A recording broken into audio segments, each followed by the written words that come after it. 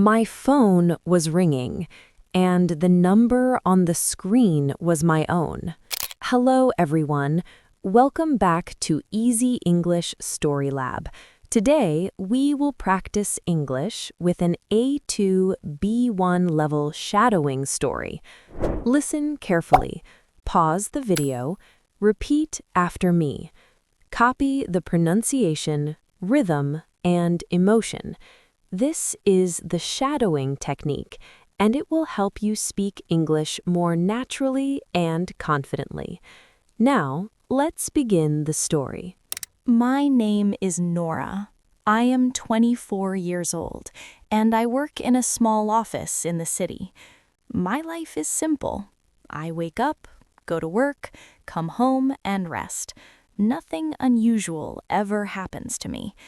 But one evening, something very strange happened. It was Friday. I finished work late and felt very tired. When I got home, I made some tea and sat on the couch. The room was quiet, and I wanted to relax for a few minutes. I picked up my phone and started scrolling. Messages, social media, nothing special. Then suddenly, my phone rang. I looked at the screen, and I froze. The number on the screen was my number. My own phone number was calling me. "That's not possible," I whispered. I stared at the phone. It kept ringing. For a moment, I didn't move. My heart started beating faster. Maybe it's a mistake, I said to myself, but it didn't feel like a normal mistake. I slowly pressed the green button and answered the call. "Hello?" I said. For a second, there was only silence. Then I heard a voice. It was quiet, but clear. "Hello, Nora." My hand started shaking. The voice sounded like me. It sounded exactly like my voice. "This is not funny," I said nervously. "Who is this?" There was a short pause. Then the voice spoke again. "Listen carefully," it said. My heart was beating fast now. "Who are you?" I asked. But the voice didn't answer my question. Instead, it said something that made my body cold. "Don't go to the café tomorrow morning." I froze. "What?" I said. "Don't go," the voice repeated. Then the call ended. The screen went dark. The room became quiet again. I sat there holding my phone, trying to understand what just happened. "That was my voice," I whispered. "But how?" I quickly checked my phone. The call was still in my call history. Same number. My number. "This doesn't make sense," I said. I tried calling the number back, but of course, it called my own phone again. I stopped. "This is crazy," I said. Maybe someone was playing a trick. Maybe someone was using an app to copy my voice. But why? And how did they know my name?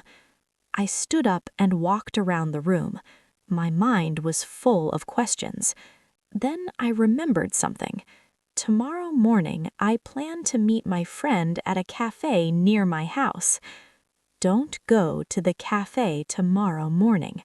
The voice said it clearly. I looked at my phone again. My heart was still beating fast. Should I go or not? I asked myself. I didn't believe strange things.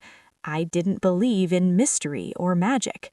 But this felt real, very real. I sat down again and stared at the phone. For the first time in my life, I was afraid of my own voice. That night, I could not sleep well.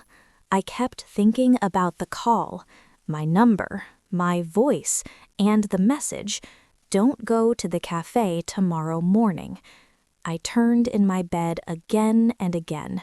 Every small sound in my apartment made me open my eyes. At one point, I even checked my phone again. No new calls, no messages. Everything looked normal, but I didn't feel normal. Finally, morning came. The sunlight entered my room and my alarm rang at 8. I sat up slowly. Today, I had a plan. I was going to meet my friend Emma at a café at 9. The same cafe the voice told me not to go to. I looked at my phone. No new calls, no messages. It was probably just a joke, I said quietly, but my heart didn't agree.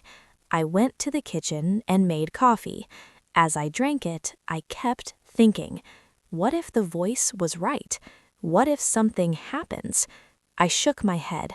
This is crazy, I said. It was just a prank. I looked at the time, 8:30. If I wanted to meet Emma, I needed to leave soon. I picked up my phone and opened our chat. Emma had sent a message. See you at 9.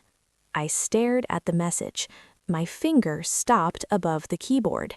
Then I typed, "Hey, can we meet later today?" She replied quickly, "Why? Everything okay?" I thought for a moment. Then I wrote, "Yes, I just feel a bit tired." "Okay," she answered. "Let's meet in the afternoon." I put my phone down and took a deep breath. "So I'm not going," I said. For a moment, I felt a little better. Maybe I made the right choice. Maybe nothing would happen. I sat on the couch and turned on the TV, but I couldn't focus. My mind was still on the call.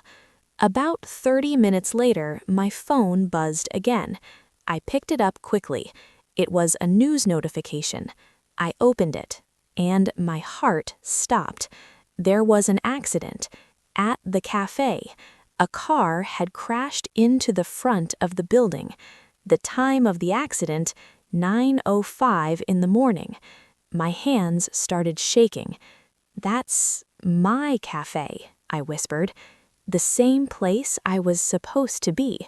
The same place the voice told me not to go to. I looked at my phone. The message from the call came back to my mind. Don't go to the cafe tomorrow morning. I sat down slowly. The room felt quiet again. Too quiet. Then a new thought entered my mind. If that voice saved me, then who was it? And how did it know what was going to happen? I sat on the couch, still holding my phone. My hands were shaking. "If I went to the cafe," I whispered. I stopped. I didn't want to think about it. The message had saved me. The voice had saved me. But that made everything more confusing. Who called me? And how did they know? I stood up and walked slowly around the room. "This is not normal," I said. I looked at my phone again. My number.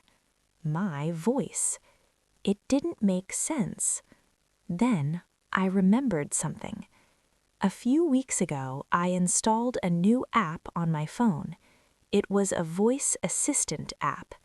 It could learn my voice and help me with daily tasks. At first, I didn't use it much, but it was still on my phone. I quickly opened my apps and found it. The name was Smart Voice Assistant. I tapped on it. The app opened. Everything looked normal. Then I checked the settings. There was a section called Voice Learning. I opened it. Inside, there were many saved recordings. My voice. Different sentences. Different days. I felt a little nervous. "This app has my voice," I said quietly. Then I saw something else. A new recording from last night. My heart started beating faster. "I didn't record anything last night," I said. I tapped on the recording. It started playing. It was the call. My voice. The same voice I heard on the phone. "Don't go to the cafe tomorrow morning." I froze. "This came from the app," I whispered. Then I looked at the time. The recording was created a few minutes before the call. I opened another section of the app. It was called Activity. There was a log of actions, and one line caught my attention. Automatic alert created. I frowned.